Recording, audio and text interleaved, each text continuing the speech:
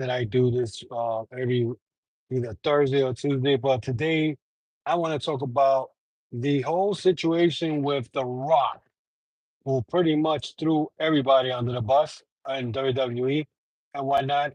He pretty much was saying that he was didn't come to WrestleMania because he was trying to get the spotlight to John Cena, right? So the title of this is The Rock says WWE used him.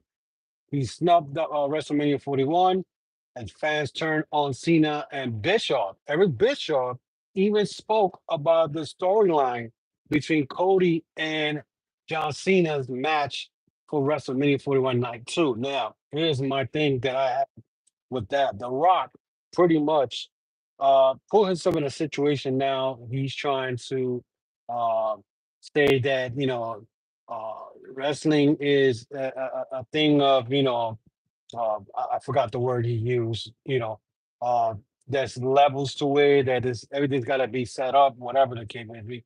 But he pretty much said that the reason he didn't go to WrestleMania 41 was because he was not trying to steal the spotlight away from John Cena. Now, here's my problem was that, okay? And this whole thing with him and Cody Rhodes leads back to pretty much when last year, WrestleMania. Last year's WrestleMania and whatnot, he tried to do something that I feel like he was trying to take the spotlight away from Cody. And this year he did the same thing again and whatnot. There's a lot of conspiracy theory when it comes to with The Rock not showing up at WrestleMania 41. Maybe that he felt that his idea wasn't accepted by trying to turn Cody heel. I mean, there was a conspiracy theory out there that the reason The Rock was trying to turn Cody heel was so that Cody sold his soul to The Rock, and then he comes in as the good guy and takes the belt away from him, which to me was a kind of stupid, whatever the case may be. But The Rock pretty much said that Triple H knew about this whole, he had 6 weeks to come up with the whole thing, and that he didn't need, and I believe he mentioned it back, I believe in the Elimination Chamber when he said he didn't have to be part of the storyline. But I have a problem with that because again, leading to last year's WrestleMania, he did kind of confronted Cody after he won the belt from Roman Reigns, and it looked, for the way that little promo ended, looked like he was gonna have a matchup with Cody Rhodes leading up to this WrestleMania. Apparently, he didn't show up again all the way to October at Bad Blood, and did this during him standing by the stage and left. Nobody knew what was going to happen after that. He comes back in January 6th, Netflix premiere. He's hugging up he's hugging up Cody Rhodes. They're drinking Don Julio, whatever the vodka thing, whatever it is. And he pretty much looked like he wasn't even going to be part of this story. He comes back 2 weeks before the Elimination Chamber just to announced that WrestleMania next year it's going to be in New Orleans, and then he said that he wanted Cody to sell his soul to him. Now, this led to the Elimination Chamber. And the Elimination Chamber, we all saw John Cena turn heel, and it led to WrestleMania main event this past Sunday. Now, the reason a lot of people are saying that the WrestleMania 41 Night 2 event uh, was the ending finished the way it was because The Rock decided that he was going to snub WrestleMania 41. A lot of people saying that he purposely messed up night two of WrestleMania by him not showing up. A lot of people are making assumptions. Uh, but me, honestly, I feel that hey, Jordan, how you doing? To me, I feel that, you know, maybe he did this and he figures, he could, well, when he did this, it was going to be some Illuminati Hollywood joint. I mean, it made a lot of sense and whatnot. So, you know, So to me, I felt like it made a lot of sense because you had Travis Scott, you had John Cena, who's working in Hollywood as a actor, whatever. And when he turned on Cody, that he did this on him at the Elimination Chamber, I thought something was gonna happen. But we saw then afterwards. Instead, WWE decided to go to a European tour and whatnot to push this storyline. And yes, in Europe, people were going crazy. You had a lot of people pretty much going crazy. The crowd was hot. I mean, I even put a poll on Twitter. Would this would have happened in the United States that the crowd would have been hot just the same way Europe? I think it was in Spain the first time. People said no. 75 people said that, that was not going to happen. Saying that it wouldn't have happened during that whole promo thing. Cody dropped Cody dropped John Cena, I think 3 times and whatnot. And whatnot. Hey, what's up, David? Um, he dropped him 3 times. And at no time did John Cena got anything like doing the promo, laid out Cody, whatever. But the way the match ended at WrestleMania Night 2, okay, where Travis Scott just showing up, taking his sweet time to come to the ring, only for him to get a crossroad, and then John Cena goes and uses the belt to beat Cody. It did not make no sense. A lot of people were mad because they were like, "Why?" For that, you didn't need Travis Scott to do that. You know what I'm saying? Other people, I myself felt that maybe it would have been better if John Cena would have turned heel at WrestleMania. For the simple fact that maybe if The Rock wasn't going to be in that situation, then why bother? For that, you could have had him turn on Cody at WrestleMania at the biggest event, the biggest pay per view would have and would have made headlines everywhere. It would have been bigger than the Elimination Chamber because it was at WrestleMania. But they didn't do that. And now the ending of it was horrible. You know what I'm saying? Like I stood around waiting to see The Rock popped out. He never popped out. A lot of people were pissed. And now he's getting the heat from all these people, including the fans. He went to Pat McAfee and he tried to justify why he didn't show up by saying that he didn't want to steal the spotlight away from John Cena, who was going for his 17th world title. Now, last year, he tried to do something where I think the idea he dropped that it was going to be him and Roman for the world title.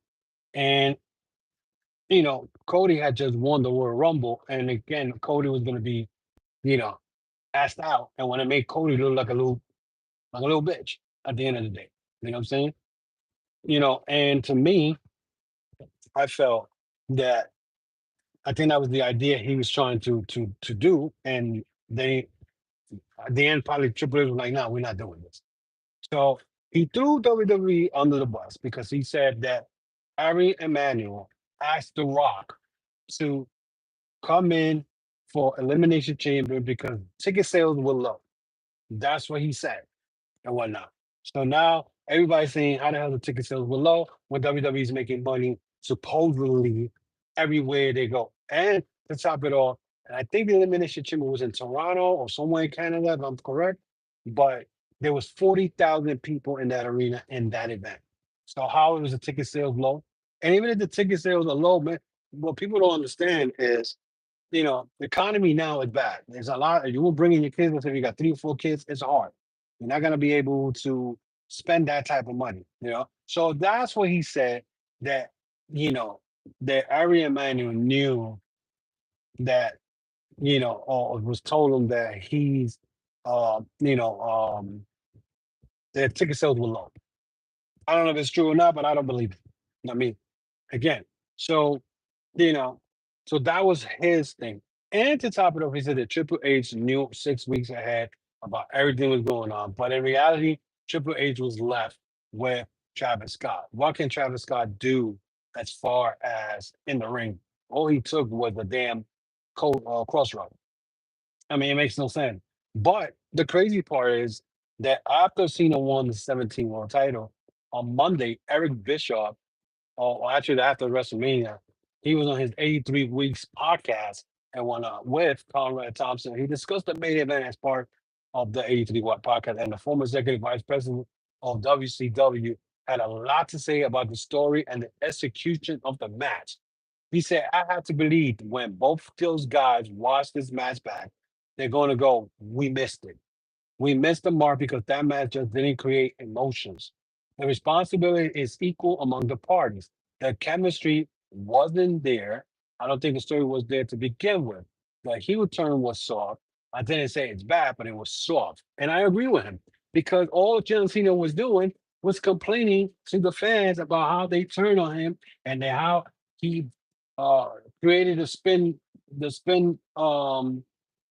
world title and the people hated it and he got dropped 3 times by Cody on those 3 times that they met up in the ring or 2 times, whatever it was. But he said it wasn't compelling, right? There was nothing that felt different than a million other turns we've seen before. Yes, for all you people who say I never criticized WWE, please pay attention.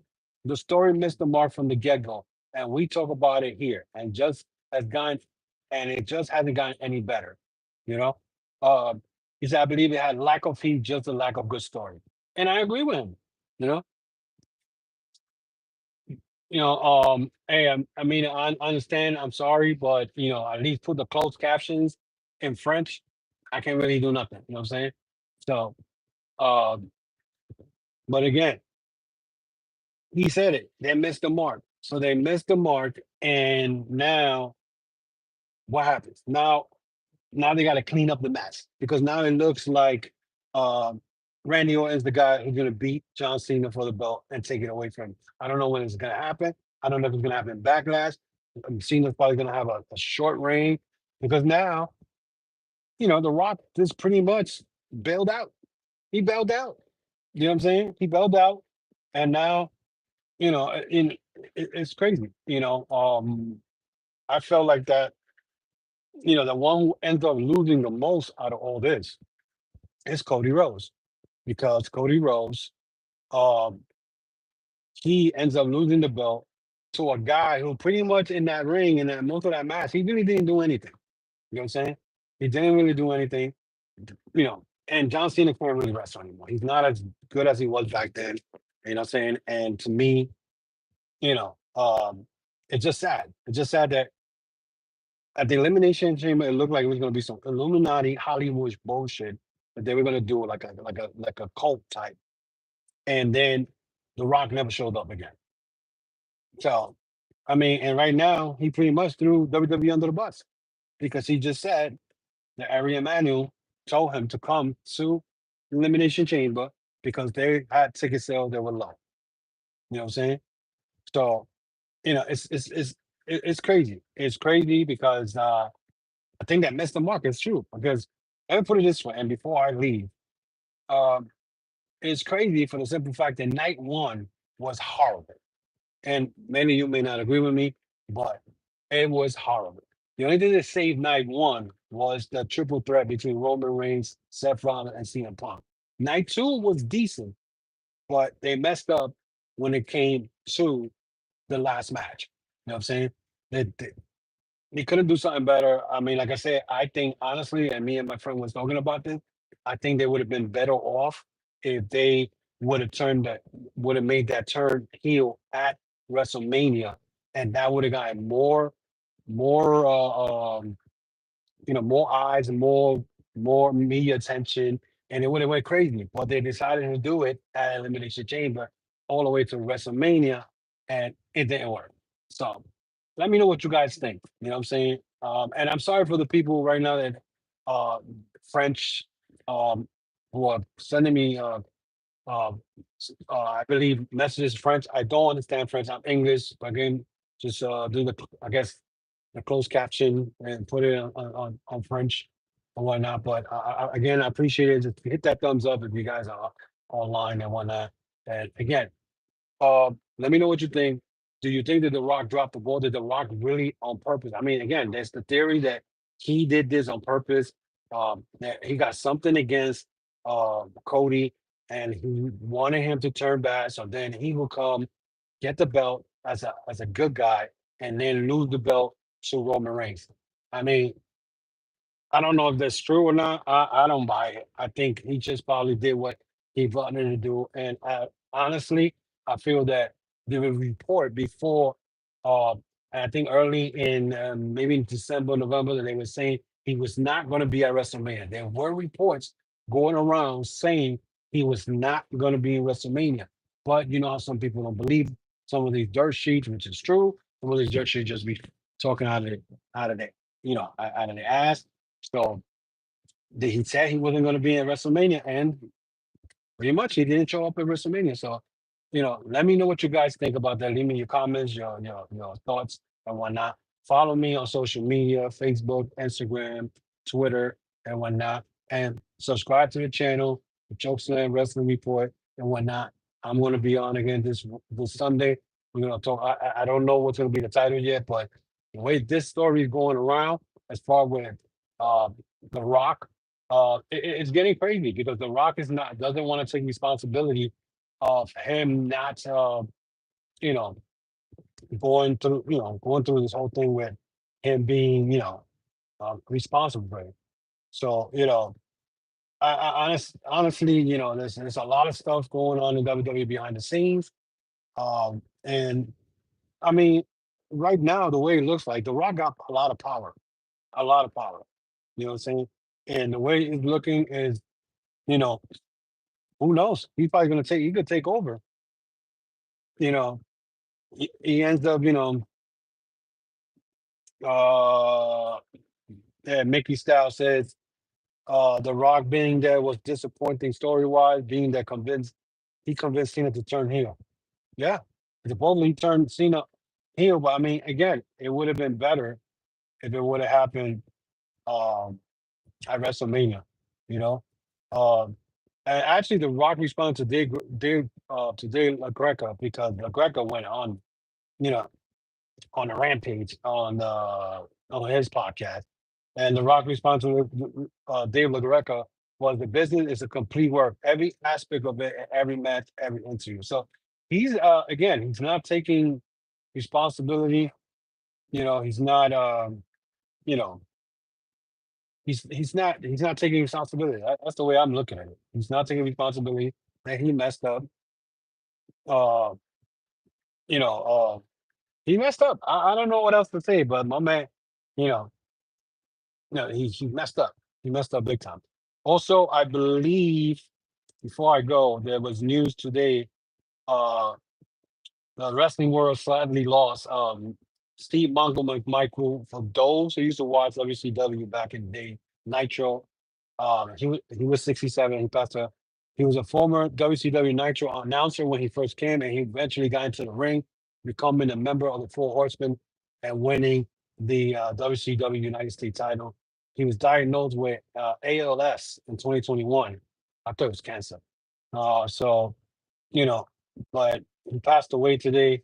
You know, I believe Rick Flair said the world just lost an incredible Steve Malcolm and Michael. He was my best friend through it all, an amazing athlete and human being. I have the fondest memory working with him, and this is an extremely heartbreaking loss for me. I love you, Michael. Mongo. So we lost a four horsemen. So it's crazy. It's crazy. I mean, he was already battling, uh, you know, ALS. So, our answer wrote today the world is less one hell. Let me say the world is less one hell of a man. The beast on the football field, and as everyone's Chicago knows, the real man. He walked into the world professional wrestling with little or no form of training. Being a god in his world didn't mean he would necessarily be success in our world. We make him a horseman. We found out right away he will never want to meet him in the dark alley. He had an ill intention, but no better guy to go to war with, as we found out on many occasions. To the family, thank you for sharing him uh, with us for even a short period of time. To Mongo, nothing but love and respect. I am honored to have known you. Sign no to God. You're going to have your hands full with this one, R. Anderson. So, yeah, so we lost R. Anderson. I mean, God forbid. We lost Mongo and Michael today. So, that's sad, very sad. So, that is it for me today, guys. Again, if you want to follow me on Facebook, um, you know, X, and Instagram. Also follow me on TikTok with little clips that I do there. the Chokeslam Wrestling. Also, check out my podcast store, the TCWR dot veryimpressive.com. That's TCWR dot veryimpressive.com. We got t-shirts, we got hats, we got hoodies, so go check that out. I mean, I went over the 15-minute mark that I usually do this in 15 minutes. I try to make it short. I don't want to try to make it boring, but I want to thank for those everybody who's on right now. Please hit that like button and support the podcast. I will gladly appreciate it. Until then, guys, be safe, and I'll see you over the weekend.